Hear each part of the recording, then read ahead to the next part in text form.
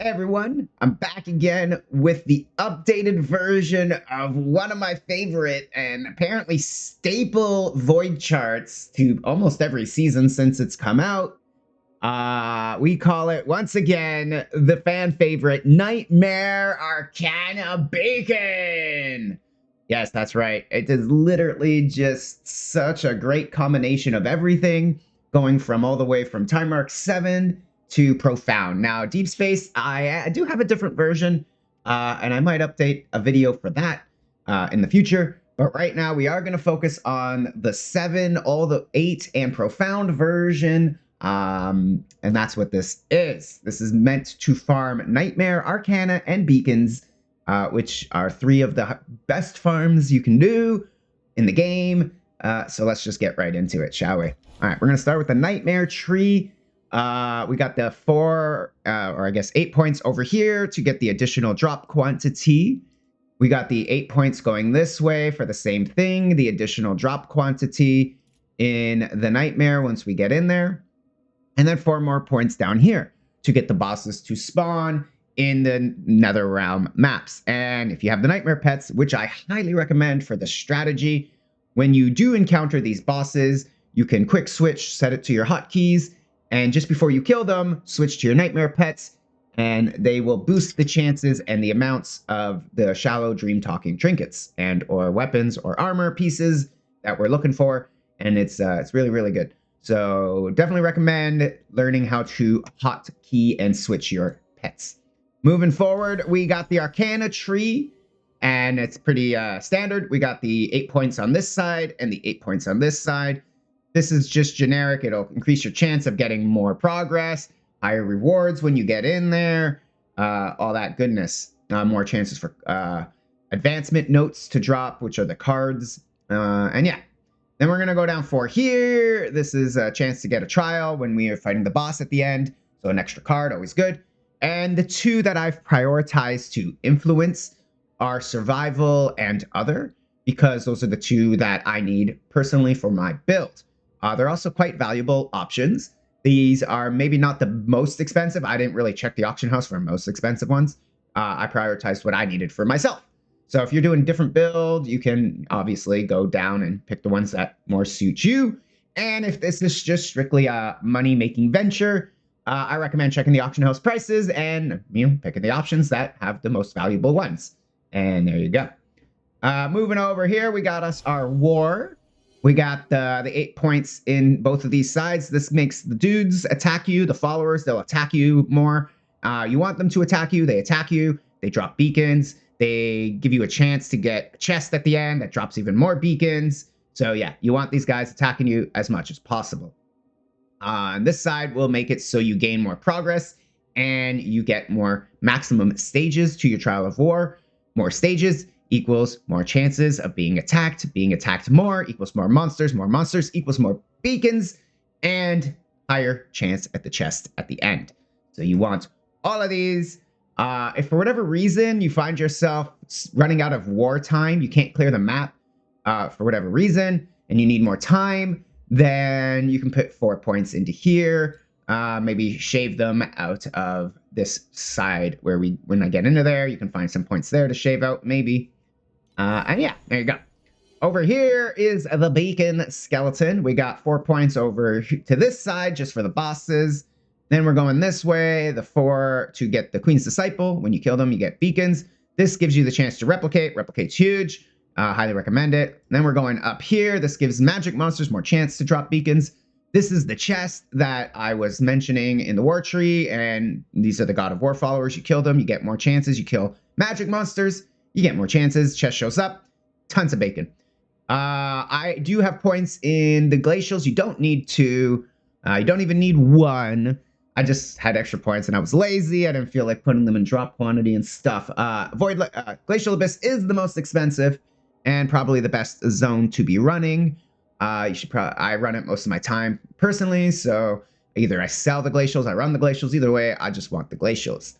Other contenders that I like are Voidlands, specifically this season because of the skin. If you can kill the Profound 6 boss, you'll get the skin. So maybe take 1 point, put in the Voidlands. And another good zone to run around is Thunder Wastes. If you prefer Thunder Waste over Glacial and you want your own beacons, but they're relatively cheap compared to those ones. So there you go. And finally, we're going to end up over here. We got the 4 points for magic monsters. I feel like that's needed. These 8 points, honestly, kind of extra. We don't have that many bosses. We get one at the end. We get the nightmare bosses showing up. Sometimes an Eterna boss will show up. Sometimes a cube boss will show up. But like, we're not targeting bosses. So this resonance thing is a little weird, a little out of place. And but like I said, it'll make a little bit more sense once I show you why this is here. But if you're really against it, you don't need these 8 points. You can just put them into drop quantity. You can put them into more beacons. You can put them into the God of War time we were talking about. You can go more nightmare if you want, the more nightmare stuff. It's really up to you, but I liked it. Over here, we got chance for rarer cards to be drawn and a chance, 30% chance to draw an extra card. So sometimes there's 4 instead of 3. And hopefully most of the time they are rarer. So legendary, purple, or higher. And I know it's a little weird. Why not the drop quantities? Why not the drop quantities? Well, Arcana doesn't really care about drop quantity. Nightmare doesn't care about drop quantity. Beacons kind of does, but not enough that I want to focus on it. I feel like just for beacons isn't good enough. I'd rather focus on the cards for Arcana and Nightmare. You get those good Arcana and Nightmare cards, you're much happier off than whatever drop quantity we're going to be getting, in my opinion. But that's because I'm more focused on the Arcana and the Nightmare when I do this, and the beacons are just there as a way to sustain and not have to worry about them. And yeah, so that's everything. That's all of it. We're gonna dive into the gameplay now. I'll show you the compasses. So we're gonna go in right away. You're gonna use the beacon probe. I like it. Always fun. We're farming beacons. Alternatively, you can use the drop quantity. Same thing. But the goblin, when the goblin shows up, the beacon goblin's obviously better for this current strategy because you get more beacons and they replicate and upgrade and all that goodness. So I recommend this one. As for the Eterna compass, well, that's up to you. Purple ones are really cheap right now. They're like 50.5 FE. They used to be 9 for whatever reason. It was silly. At 9 FE, you absolutely don't use the purple ones. But at 50.5 FE, you can use the purple ones.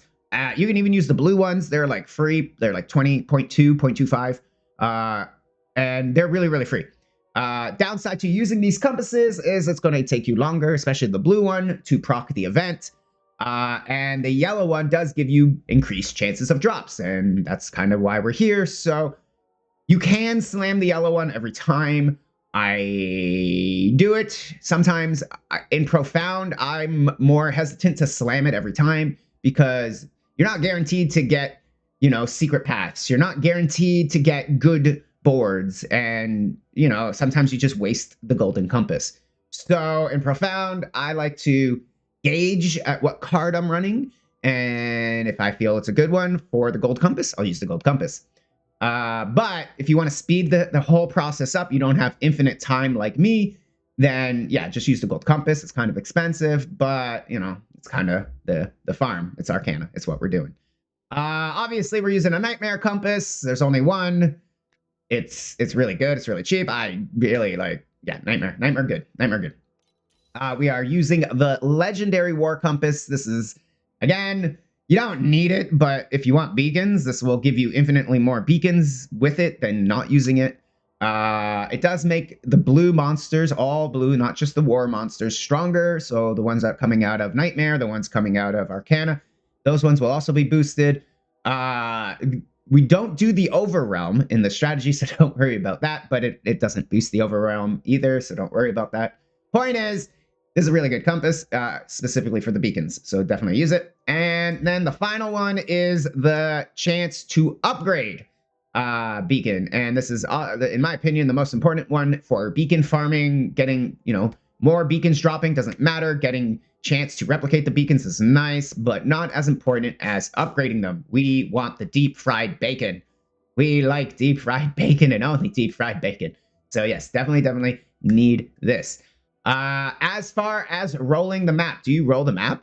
Well, as you heard earlier, I don't anymore because for a few reasons. Arcana doesn't get boosted by the drops. The Nightmare doesn't get boosted by the drops. The beacons do, and the rest of the map does.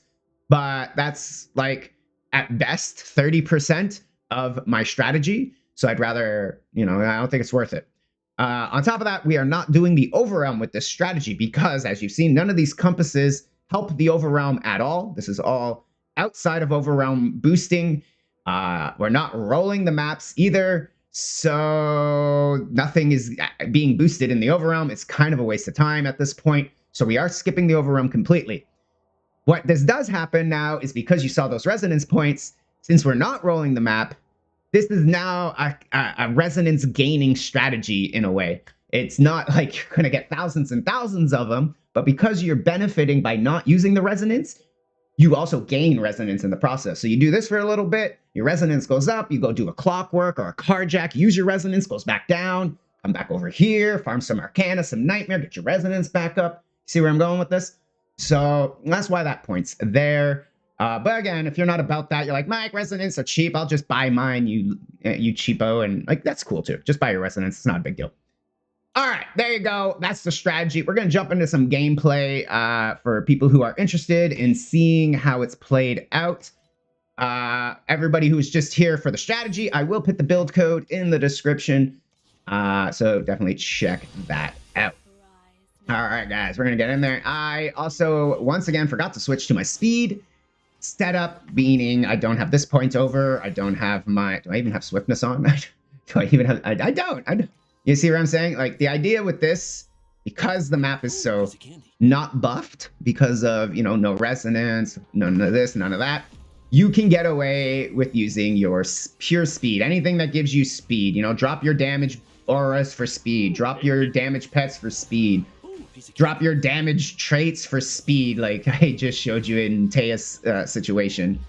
And the point is just get in and out as quickly as you can, as cheaply as you can. Get as much return on your investment is the goal with this one. Can this go to deep space? Yeah. Technically anything can go to deep space. Why aren't I doing this in deep space? Well, for a few reasons. Resonance, that part of the farm is completely pointless because you're using a lot more than you'll ever farm with this setup, so you completely axe that. The other part that's completely kind of pointless is beacon farming in deep space, in my opinion. There's no probes for it. The drops, from what I've felt, feels, for whatever reason, less than Profound 8 or even 7 for whatever reason. I can't confirm this, but it feels like they just have a higher drop chance for beacons specifically. And yeah. So doing it in overrealms, half the tree isn't good, essentially. I do have another version, and like I said, I may update that and post that later for the deep space, where it gets rid of all the beacon stuff and replaces it with Sandlord stuff. Yeah. All right, guys. So there's the strategy. Really quick, really fast, really efficient, great for farming. This has at least been 90% of my season, what I've been doing, and it's been making me lots of FEs. So hopefully you guys enjoy this one. Let me know what you think in the comments below. And as always, I will be still streaming every day over at Twitch currently. The link is in the description below. All right, guys, happy hunting, and I'll catch you in the next video. Bye-bye.